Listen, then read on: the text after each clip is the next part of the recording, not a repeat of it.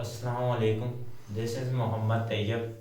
हमने बायोमालिक्यूल्स के पीछे टॉपिक में पॉलीसेकेराइड को कवर कर लिया। अब हम इसके मैक्रोमोलेक्यूल्स सेकंड लिपिड की तरफ मूव ऑन करते हैं। तो लिपिड का भी हमारी बॉडी में स्ट्रक्चर रोल भी है और फंक्शनल रोल भी है, इस वजह से हम इसको स्टडी करते हैं। तो ये भी बहुत इंपॉर्टेंट मॉलिक्यूल है क्योंकि इसने भी बहुत सारे हमारी बॉडी में फंक्शंस परफॉर्म करने हैं और हमारी बॉडी में क्या बनाना है, इसका बॉडी का स्ट्रक्चर बनाना है। अब जिस तरह कार्बोहाइड्रेट हर सेल में पाया जाता था, इसी तरह लिपिड भी हर सेल में पाया जाता है क्योंकि इसके बगैर लाइफ पॉसिबल नहीं है। इस मैक्रोमोलेक्यूल के बगैर लाइफ पॉसिबल नहीं है। आपने सेल में पढ़ा है कि सेल के 3 कंपोनेंट होते हैं। कौन कौन से? सेल मेम्ब्रेन, साइटोप्लाज्म और क्या, न्यूक्लियस। इसमें सेल मेम्ब्रेन इंपॉर्टेंट कंपोनेंट है। अगर सेल मेम्ब्रेन डिस्ट्रॉय हो जाए, तबाह हो जाए, तो सेल क्या होता है, डाई कर जाता है, यानी कि उसकी डेथ हो जाती है। तो उसमें भी जो इम्पोर्टेंट जो कंपोनेंट है उसकी कंपोजिशन में वो लिपिड पाया जाता है। तो लिपिड की इतनी ज़्यादा इम्पोर्टेंस है, हमने आज वही स्टडी करना है। तो लिपिड की सबसे पहले हम डेफिनेशन देखते हैं, इसकी डेफिनेशन क्या है, उसके बाद उस डेफिनेशन को एक्सप्लेन करते हैं। तो लिपिड्स आर हेट्रोजीनियस मॉलिक्यूल्स। क्या है? Lipids are heterogeneous molecules made up of fatty acid. तो हेट्रोजीनियस का मतलब क्या है? हेट्रोजीनियस मीन के डिफरेंट काइंड ऑफ, मीन के डिफरेंट टाइप्स के मॉलिक्यूल्स होंगे, मीन के हेट्रोजीनियस कंपाउंड। अब आप लोगों को पता है कि जब डिफरेंट एटम फिक्स रेशियो में मिलते हैं तो हमारे पास कंपाउंड बनता है, और जब कंपाउंड भी आगे डिफरेंट टाइप्स के होते हैं, मॉलिक्यूलर कंपाउंड और क्या, आयनिक कंपाउंड। तो ये मॉलिक्यूलर कंपाउंड है। Heterogeneous compound, lipids are heterogeneous compound that are made of fatty acid, that are made up of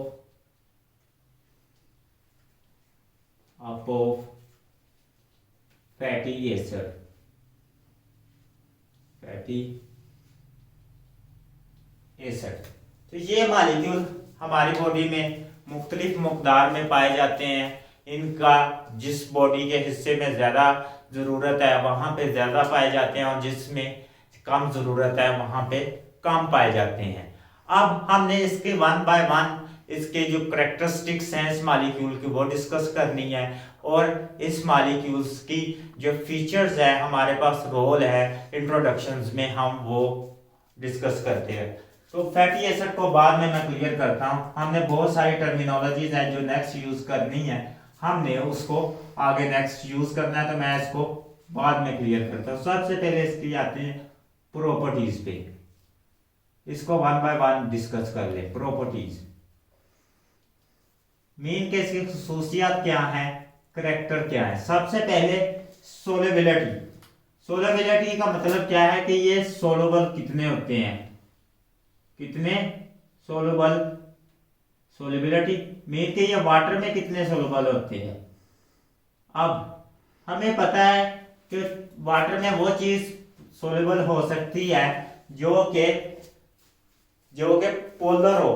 तो वो लिपिड हमारे पास क्या होते हैं, मोस्टली सबसे ज्यादातर ये क्या होते हैं, नॉन पोलर होते हैं। तो ये क्या करते हैं, ये सोलुबल नहीं होते। तो हमारे पास जो सॉल्वेंट होते हैं वो 2 टाइप्स के होते हैं, एक होते हैं ऑर्गेनिक और एक होते हैं इनऑर्गेनिक। ऑर्गेनिक सॉल्वेंट, ठीक, जिसमें हाइड्रोकार्बन होंगे, वो सॉल्वेंट जिसमें हाइड्रोकार्बन हों, और इनऑर्गेनिक सॉल्वेंट जिसमें हाइड्रोकार्बन कलेक्टिवली ना हो, तो उनको हम क्या कहते हैं, इनऑर्गेनिक सॉल्वेंट। हमारे पास जो मेजर एग्जांपल है ऑर्गेनिक सॉल्वेंट्स की, वो हमारे पास क्या है, अल्कोहल है, अल्कोहल। उसके अलावा क्या है हमारे पास, क्लोरोफॉर्म है, क्लोरोफॉर्म इसके अलावा हमारे पास ईथर है, एस्टर है। इस तरह मेजर और भी हमारे पास ऑर्गेनिक सॉल्वेंट है जिनकी हमारे पास एग्जांपल्स हैं। अब ये क्या है, ऑर्गेनिक सॉल्वेंट में क्या है, ये सोलुबल है। ये क्या है, ऑर्गेनिक सॉल्वेंट में क्या है, सोलुबल है, इनके हल हो जाते हैं। लेकिन इनऑर्गेनिक सॉल्वेंट ये वाले इनसॉल्युबल है। इनऑर्गेनिक सॉल्वेंट में इसने मेजर हमारे पास एग्जांपल दी हुई है, वो है किसकी, वाटर की। वाटर इनऑर्गेनिक सॉल्वेंट है क्योंकि इसके पास हाइड्रोकार्बन नहीं होते, तो इसमें इनसॉल्युबल है। अब दूसरी इसमें और भी एक टर्म यूज होती है, वो क्या है, वो होते हैं पोलर और नॉन पोलर। तो आप पढ़ चुके हैं कि वाटर हमारे पास क्या है, वाटर हमारे पास पोलर सब्सटेंस है, कि मीन इसके पास नेगेटिव और पॉजिटिव चार्ज के क्या होते हैं, पोल होते हैं। तो ये मीन के पोलर सब्सटेंस में इनसॉल्युबल होते हैं।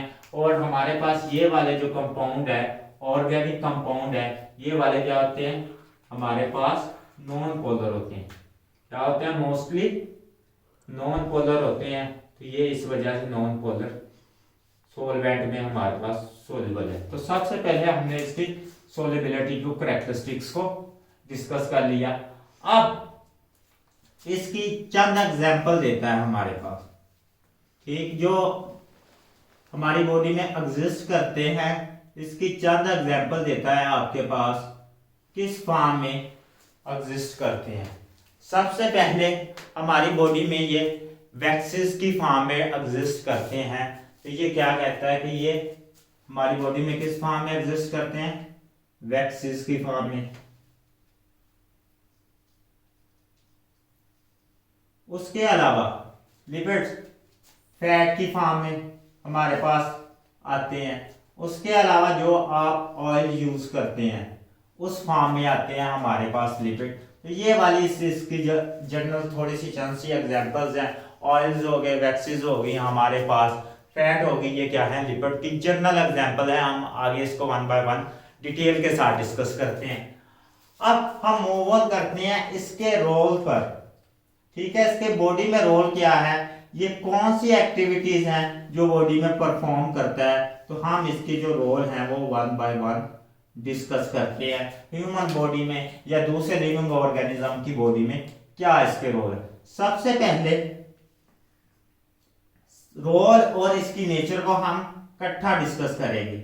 हाइड्रोफोबिक, एक होते हैं सब्सटेंस हाइड्रोफिलिक, एक होते हैं हाइड्रोफोबिक। ऐसे सब्सटेंस जो वाटर लविंग हो, यानी कि वाटर के साथ फोर्स ऑफ अट्रैक्शन क्रिएट कर लें, उनको कहते हैं हाइड्रोफिलिक। और ऐसे सब्सटेंस, ऐसे हमारे पास कंपाउंड, ऐसे मॉलिक्यूल जो कि वाटर हीटिंग हो, वाटर को रिपेल करें, हम उन्हें कहते हैं हाइड्रोफोबिक। तो ये वाटर में इनसॉल्युबल थे, इस वजह से ये क्या है, हाइड्रोफोबिक नेचर होते हैं। और हाइड्रोफोबिक नेचर होने की वजह से इनका जो फंक्शन है वो क्या है, हमारे पास ये स्ट्रक्चर रोल अदा करते हैं। ये हमारे सेल मेम्ब्रेन का मेजर पार्ट है। सेल मेम्ब्रेन कंस्ट्रक्ट करते हैं। आप लोगों ने पढ़ा था कि membrane is the lipid bilayer. Unit membrane model के अकॉर्डिंग लिपिड बाइलेयर है, जो क्या होती है, जिसके आउटर और इनर सरफेस पे क्या होती है, प्रोटीन की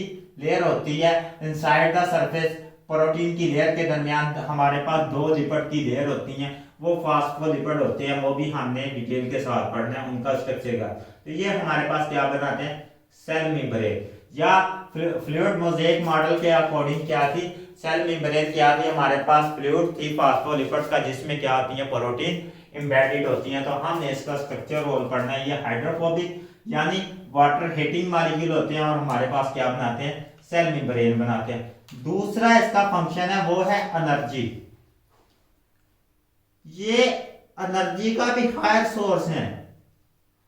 हम तो पढ़ते आ रहे हैं ना कि कार्बोहाइड्रेट हमें एनर्जी प्रोवाइड करते हैं। तो हमने क्या कहा था, कार्बोहाइड्रेट इंटरकन्वर्टेबल्स हैं, किसमें, लिपिड्स में भी और प्रोटीन्स में भी।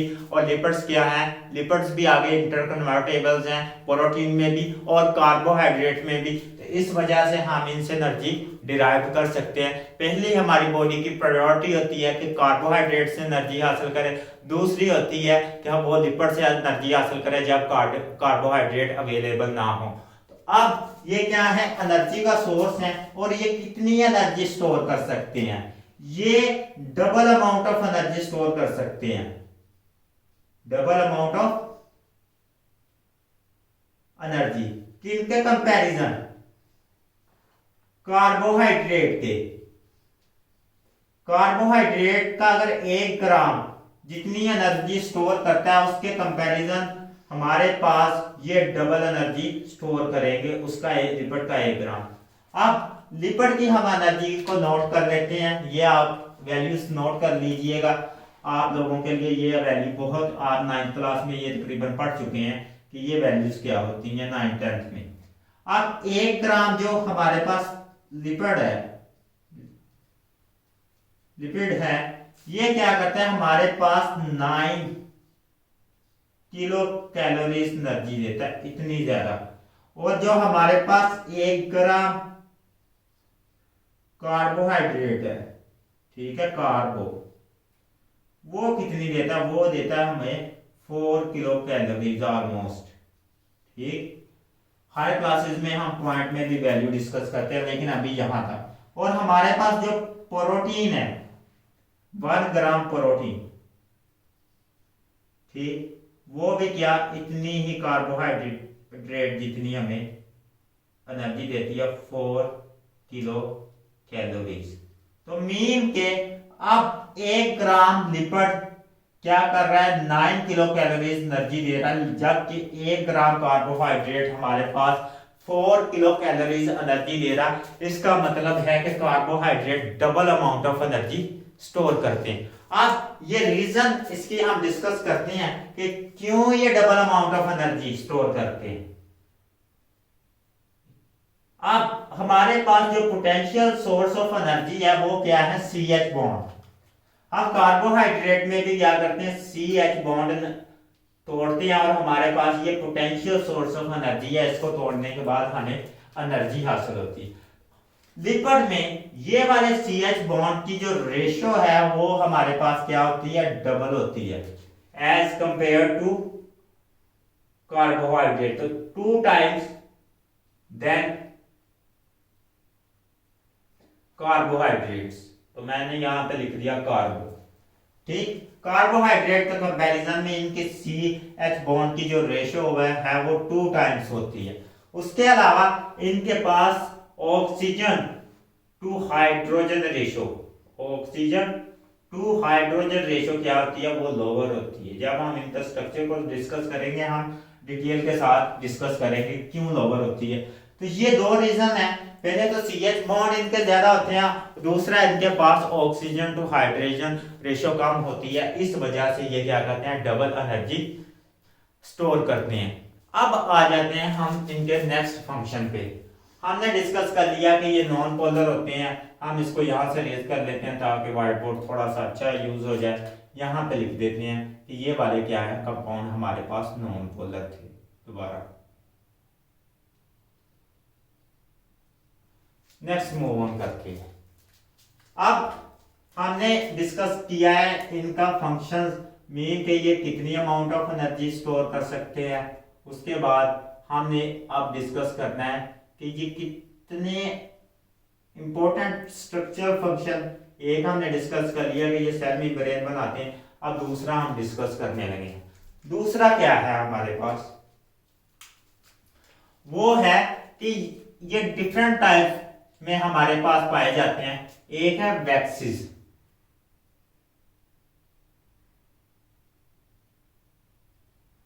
ये भी आपने पढ़ने वैक्सीज क्या होती हैं, इनका फंक्शन क्या करते हैं। ये हमारे इंसेक्ट के एक्सोस्केलेटन में पाई जाती हैं। ये कार्बोहाइड्रेट की एक टाइप है, ये हमारे क्या करती है, इंसेक्ट के एक्सोस्केलेटन में पाई जाती है और ये एक्ट करती है वाटर बैरियर के तौर पे। किसके तौर पे, वाटर बैरियर के तौर पे एक्ट करती है। और क्या करती है, इंसेक्ट की बॉडी में ना तो पानी एंटर होने देती है, ना ही लीव करने देती है, और उनको किससे बचाती है, डिहाइड्रेशन से बचाती है। उनको क्या बचाती है? डिहाइड्रेशन से, यानी कि जब भी हीट ज्यादा होगी इन्वायरमेंट में, उनसे इवेपोरेशन के प्रोसेस को क्या कर देगी? कम कर देगी। नेक्स्ट है हमारे पास, ये डिस्कस करता है, ये क्यूटन की बात करता है। अब ये वाली क्यूटन नोट कर ले, ये लिपिड है। इसमें आपको ना ये पेक्टिन के साथ कंफ्यूज करता है, ऑप्शन में पूछ देता है कि कौन लिपिड है, पेक्टिन है, क्यूटिन है, और दो साथ सेलुलोज है हमारे पास, और एक एग्जांपल दे देता है स्टीरॉयड है, तो मीन के सेलुलोज। तो ये क्यूटिन हमारे पास लिपिड है, और जबकि पेक्टिन हमारे पास कार्बोहाइड्रेट है, ये नोट कर। तो अब क्यूटिन का क्या फंक्शन है? ये प्रोटेक्टिव लेयर है। ये क्या है? प्रोटेक्टिव लेयर होती है ओवर क्यूटिकल। हमारे पास पता है कि प्लांट की जो एपिडर्मिस पे जो लेयर होती है, एक क्यूटिकल होती है जो कि कार्बोहाइड्रेट से मिलकर बनी होती है, डिफरेंट काइंड की। उसके ऊपर एक प्रोटेक्टिव शाइनी लेयर होती है जिसे हम क्यूटिन का नाम देते हैं। वो भी किससे मिलकर बनी होती है? हमारे पास लिपिड से मिलकर बनी होती है। और इसका प्लांट में ये फंक्शन होता है, ये किससे प्रिवेंट करती है? ये उनको इवेपोरेशन से प्रिवेंट करती है। मीन के ट्रांसपायरेशन की वजह से जो कि हमारे पास वाटर वेपर्स में कन्वर्ट होता है, उससे ये इवेपोरेशन उस प्रोसेस को क्या करती है? लोअर करती है, जब इन्वायरमेंट में हीट ज्यादा हो जाती है, ताकि प्लांट की बॉडी से पानी कम इवेपोरेट हो सके। तो ये हमने इसके ये फंक्शन पढ़ लिए। वैक्सीन ये काम परफॉर्म करती है, क्यूटन ये परफॉर्म करती है। नेक्स्ट हम मूव ऑन करते हैं कि ये इसकी टाइप्स कितनी है, इसकी टाइप्स कितनी है। On the basis of their structure and function, हमने कार्बोलिपिड्स को क्या है? डिफरेंट काइंड की टाइप्स में डिवाइड किया हुआ है। तो सबसे पहले हमने टाइप पढ़नी है, वो है असाइल ग्लिसरॉल। क्या है? Acyl glycerol. ये हमारे पास न्यूट्रल लिपिड भी इनको कहते हैं। हम इसको डिटेल के साथ इस बुक में डिस्कस करना है। दूसरी हमारे पास टाइप है, वो है ठीक असाइल ग्लिसरॉल। इसके बाद हमने पढ़नी है वैक्सीज। इसके बाद हमने पढ़नी है फॉस्फोलिपिड। ये इसकी टाइप्स हैं on the basis of their structure and function. Phospholipids पढ़नी है। स्फिंगोलिपिड भी इसकी टाइप है, लेकिन हमने यहाँ पे डिस्कस नहीं करना, आगे हायर क्लासेस में डिस्कस करेंगे। उसके बाद हमारे पास ग्लाइकोलिपिड, ठीक है, जब कार्बोहाइड्रेट लिपिड के साथ अटैच हो जाएगा, हमारे पास जो लिपिड बनेगा वो ग्लाइकोलिपिड होगा। उसके अलावा हमने क्या पढ़नी है? एक टाइप है जो कि बहुत ही इंपॉर्टेंट है, वो नोट कर लें। ये सारी नॉन क्रिस्टलाइन थी। ये इनके पास जो है वो अमार्फस शेप होती है। आप लोग पढ़ेंगे क्रिस्टलाइन सॉलिड क्या होते हैं, नॉन क्रिस्टलाइन सॉलिड क्या होते हैं। तो ये वाले सारे क्या थे? Non crystalline. एक हमारे पास इसकी टाइप्स है, वो है क्रिस्टलाइन। क्या है? क्रिस्टलाइन। यहां पे मैं लिखने लगा हूं क्रिस्टलाइन लिपिड। ये एमसीक्यूज पूछ लेता है कि क्रिस्टलाइन लिपिड्स क्या होते हैं, मेन केन में क्रिस्टलाइन लिपिड कौन सी है। तो ये इसकी एक टाइप है जिसको फर्दर हमने दो ग्रुप्स में डिवाइड किया हुआ है, उसको कहते हैं हम टर्पेनॉइड्स।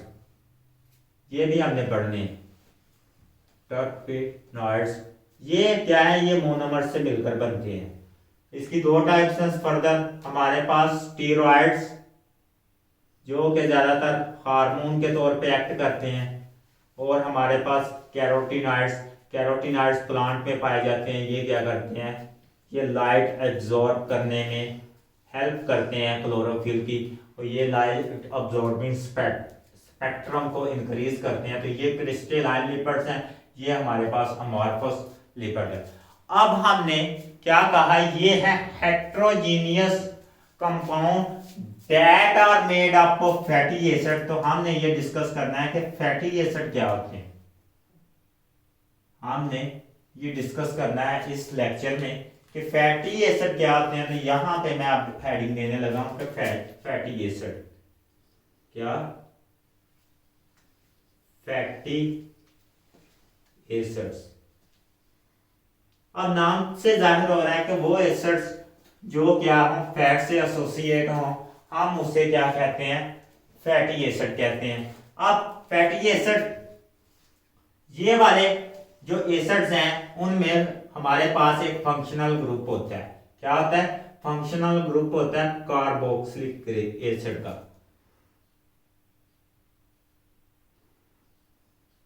ये फंक्शनल ग्रुप है कार्बोक्सिलिक एसिड।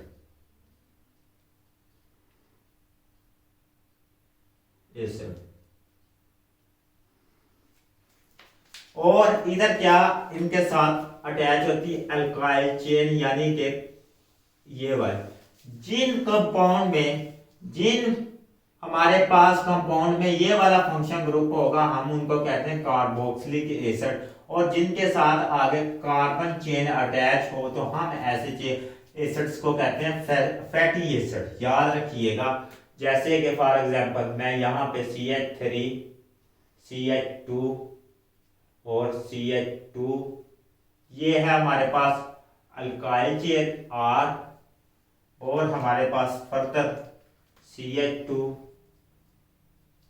और ये हमारे पास आगे है एक एसिडिक ग्रुप लगा हुआ। तो इसको कहते हैं हम फैटी एसिड। एक ये ब्यूटेरिक फैटी एसिड है, ब्यूटेरिक फैटी एसिड। हमने पढ़ लिया कि जिनमें ये वाला फंक्शन ग्रुप हो उन्हें क्या कहते हैं, हम कार्बोक्सिलिक एसिड्स कहते हैं। जैसे कि हमने कार्बोहाइड्रेट में पढ़ा था, किसमें, कार्बोहाइड्रेट में क्या थे, दो फंक्शनल ग्रुप थे। मैं उनके साथ कंपैरिजन करने लगा हूं ताकि आपको याद रहे। उनमें कौन कौन से फंक्शन ग्रुप थे, एक ये वाला फंक्शन ग्रुप था एल्डिहाइड, और इधर क्या था हमारे पास एल्काइल चेन। दूसरा इनके पास कौन सा फंक्शन था, फंक्शन ग्रुप था ये वाला फंक्शन ग्रुप, यानी कि ये एल्डो था और ये कीटो। दोनों तरफ क्या थी, अल्काइल चेन के। और इसमें कौन सा फंक्शन ग्रुप है, इसमें ये वाला है। ये फंक्शन ग्रुप आपने केमिस्ट्री में याद करने, याद रखिएगा। जो ये फैटी एसिड्स में फंक्शन ग्रुप पाया जाता है वो ये वाला पाया जाता है। हमने इन फैटी एसिड को मुख्तलिफ टाइप के, क्योंकि ये depends upon number of carbon पे डिपेंड करता है, तो हमने इन डिफरेंट टाइप्स के फैटी एसिड को मिला के हमारे पास डिफरेंट टाइप्स के लिपिड्स बनते हैं। और हम नेक्स्ट लेक्चर में एक फर्स्ट जो लिपिड्स है हमारे पास असाइल ग्लिसरॉल, उसको डिस्कस करेंगे। अल्लाह हाफिज़, अपना ख्याल रखिएगा।